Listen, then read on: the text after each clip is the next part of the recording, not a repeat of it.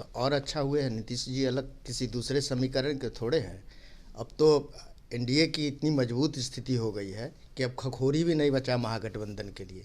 नीतीश जी आ गए हैं, हम लोग 40 में 40 सीट लड़ेंगे और 40 का 40 सीट बिहार में एनडीए जीतेगी। तैयारी तो हमारी 40 सीटों पर है और संभावना की कोई बात नहीं है।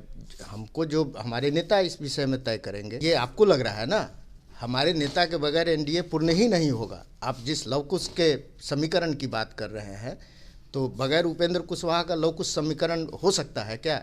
हम निश्चित रूप से नीतीश कुमार जी के आने से एनडीए मजबूत हुआ है। और थोड़ी भी अगर कोई आपको लग रहा होगा पहले से संशय, तो वो संशय भी समाप्त हो गया। 40 के 40 सीट जीतेंगे, इसकी गारंटी हो गई। हमारी तैयारी काराकाट में भी पूरी मजबूती से है। हम बूथ स्तर पर मजबूत हैं। एक एक पंचायत में मेरी ताकत ऐसी है कि हम हर पंचायत में हर बूथ पर चुनाव जीतेंगे। आपने देखना शुरू कर दिया है लाइव बिहार। मैं हूं आपके साथ असलम अब्बास। लोकसभा चुनाव 2024 को लेकर बिहार की राजनीति में लगातार उठापटक जारी है, लेकिन सवाल है कि एनडीए में क्या कुछ अब बदलाव जो हुआ है उससे कितना कुछ प्रभाव पड़ने वाला है। इसी सिलसिले में आज हमारे साथ बातचीत करने के लिए पूरे लॉक कुछ समीकरण को लेकर रालोजत के प्रवक्ता बजेंद्र पप्पू हैं। हम उनसे सीधे जानते हैं और आप तक पहुंचाएंगे कि क्या कुछ उपेंद्र कुशवाहा पर प्रभाव पड़ा है नीतीश कुमार के एनडीए में वापस आने के बाद। क्या उपेंद्र कुशवाहा मौजूद समय में मजबूत हुए हैं या फिर उनके आने से कोई उन पर राजनीतिक रूप से प्रभाव पड़ता हुआ नजर आ रहा है, जो उनके पार्टी के लिए या फिर कहें कि लॉकुश समीकरण के लिए कितना कुछ फायदेमंद या नुकसानदेह साबित होने वाला है। तो और अच्छा हुए हैं नीतीश जी अलग किसी दूसरे समीकरण के थोड़े हैं। अब तो एनडीए की इतनी मजबूत स्थिति हो गई है कि अब खखोरी भी नहीं बचा महागठबंधन के लिए।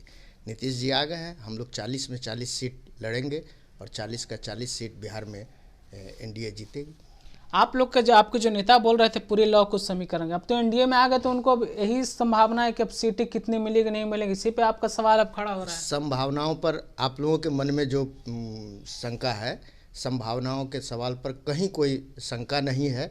हमारा एनडीए में जो हमारे राष्ट्रीय अध्यक्ष आदरणीय उपेंद्र कुशवाहा जी की बातचीत है और निश्चिंत हैं हम लोग कि हमारी जो बातचीत है उस हिसाब से हम निश्चित तौर पर वो पूरा करेगी बीजेपी। और हम लोग एनडीए को उस तरह से 40 सीट पर हमारी तैयारी है कि हम 40 सीट एनडीए को जिताएंगे और आदरणीय भारत के यशस्वी प्रधानमंत्री पुनः भारत के प्रधानमंत्री के रूप में दिखेंगे आपको। आप लोग की पार्टी के खाते में कितने सीटें मिल रही? तैयारी की जो बातें हो रही थी, कितने सीट संभावना है? तैयारी तो हमारी 40 सीटों पर है और संभावना की कोई बात नहीं है।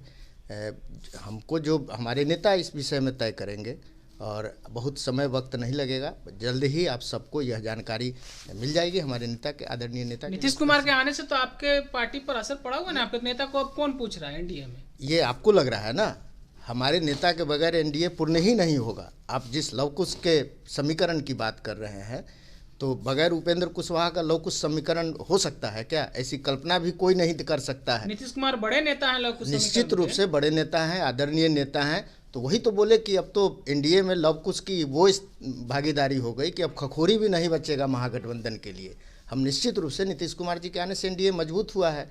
और थोड़ी भी अगर कोई आपको लग रहा होगा पहले से संशय, तो वो संशय भी समाप्त हो गया। 40 के 40 सीट जीतेंगे, इसकी गारंटी हो गई। आपके नेता दावा कर रहे थे कि पूरा लॉकुश समीकरण ही मेरे पास आ गया है, तो अब तो नीतीश कुमार ही एनडीए में आ गए, तो अब बीजेपी के लिए अब तो नीतीश कुमार ही चेहरा है। उपेंद्र कुशवाहा कहाँ है? ये आप सबको जो पता नहीं इस तरह से कैसे सोच पा रहे हैं कि नीतीश कुमार जी आ गए हैं तो उपेंद्र कुशवाहा जी की कोई ताकत कम गई है। आपके नेता बोल रहे लॉकुश समीकरण कोई, अब यदि पार्टी खत्म हो गई, पूरा समीकरण मेरे साथ है, बिहार को आगे बढ़ाना है, तो अब तो फिर से नीतीश कुमार साथ में है, तो अब उपेंद्र कुशवाहा क्या करें? बदले हुए परिस्थिति में हमारे नेता और मजबूत होकर बिहार में उभरे हैं और निश्चित रूप से नीतीश कुमार जी का आए हैं तो और मजबूती एनडीए को हुआ है। इसमें वो सवाल कहाँ उठता है कि इनके आने से वो कमज़ोर हो गए और उनके रहने से वो कमज़ोर हो गए। एनडीए में घटक दल के जितने मित्र दल हैं, सबकी मजबूती से एनडीए इतना मजबूत है। आपकी पार्टी कितने सीटों पर चुनाव लड़ेगी? ये तो हमारे राष्ट्रीय अध्यक्ष तय करेंगे ना, और इसकी आप जल्द ही आपको इसकी जानकारी भी मिल जाएगी ना। यानी उम्मीद आशाएं जो थी, आशाएं कमज़ोर हुई है कि नहीं हुई? बिल्कुल नहीं हुई है। हम और भी उत्साहित हैं कि जो हमारी बातचीत है, जो हम पूर्व में लड़े हैं, उन सीटों पर निश्चित रूप से लड़ेंगे। और अगर एनडीए में सब कुछ ठीक ही रहेगा, इसकी गारंटी है। जो सीटें मिलेगी उस पर हम लड़ेंगे और बाकी जगहों पर हम मित्र दल के साथियों को सहयोग करेंगे। राहुल गांधी बिहार में हैं, भारत जोड़ो न्याय यात्रा के तहत आगामी चुनाव में इसका कितना असर पड़ सकता है एनडीए पर, आपके पार्टी पर? अभी मगध के क्षेत्र में हैं, आपके नेता भी शाहबाद से चुनाव लड़ने की बात कर रहे हैं। कुछ भी असर नहीं पड़ने जा रहा है। राहुल गांधी जी पर्यटन पर हैं, देश पहले घूमे नहीं हैं, देश घूम रहे हैं, अच्छा है। युवा नेता हैं, देश के भ्रमण पर हैं, देश की संस्कृति से अवगत हो रहे हैं। इससे अधिक उनको कोई राजनीतिक लाभ अभी इनके यात्रा से हो जाएगा, ऐसी दूर तक कोई संभावना नहीं है। उपेंद्र कुशवाहा काराकाट में तैयारी कर रहे हैं? निश्चित रूप से कर रहे हैं। काराकाट में हमारी तैयारी बहुत अच्छी है, वहीं से चुनाव लड़ेंगे? अब ये तो तय करेंगे हमारे नेता और हमारी पार्टी तय करेगी। हमारी तैयारी काराकाट में भी पूरी मजबूती से है। हम बूथ स्तर पर मजबूत हैं। एक एक पंचायत में मेरी ताकत ऐसी है कि हम हर पंचायत में हर बूथ पर चुनाव जीतेंगे। बिल्कुल। तो अभी आप सुन रहे थे रालोजत के प्रवक्ता कितना कुछ बोल रहे थे एनडीए की समीकरण को लेकर, खास करके नीतीश कुमार के मुद्दे पर। आप क्या राय रखते हैं लव कुश समीकरण को लेकर? क्या सचमुच में उपेंद्र कुशवाहा अब एनडीए में हाशिए पर जा रहे हैं, या फिर नीतीश कुमार के आने के बाद लव कुश समीकरण के साथ उपेंद्र कुशवाहा को और मजबूती मिली है, या फिर लोकसभा चुनाव में इनकी पार्टी की क्या इस वक्त हिस्सेदारी होगी, भागीदारी होगी?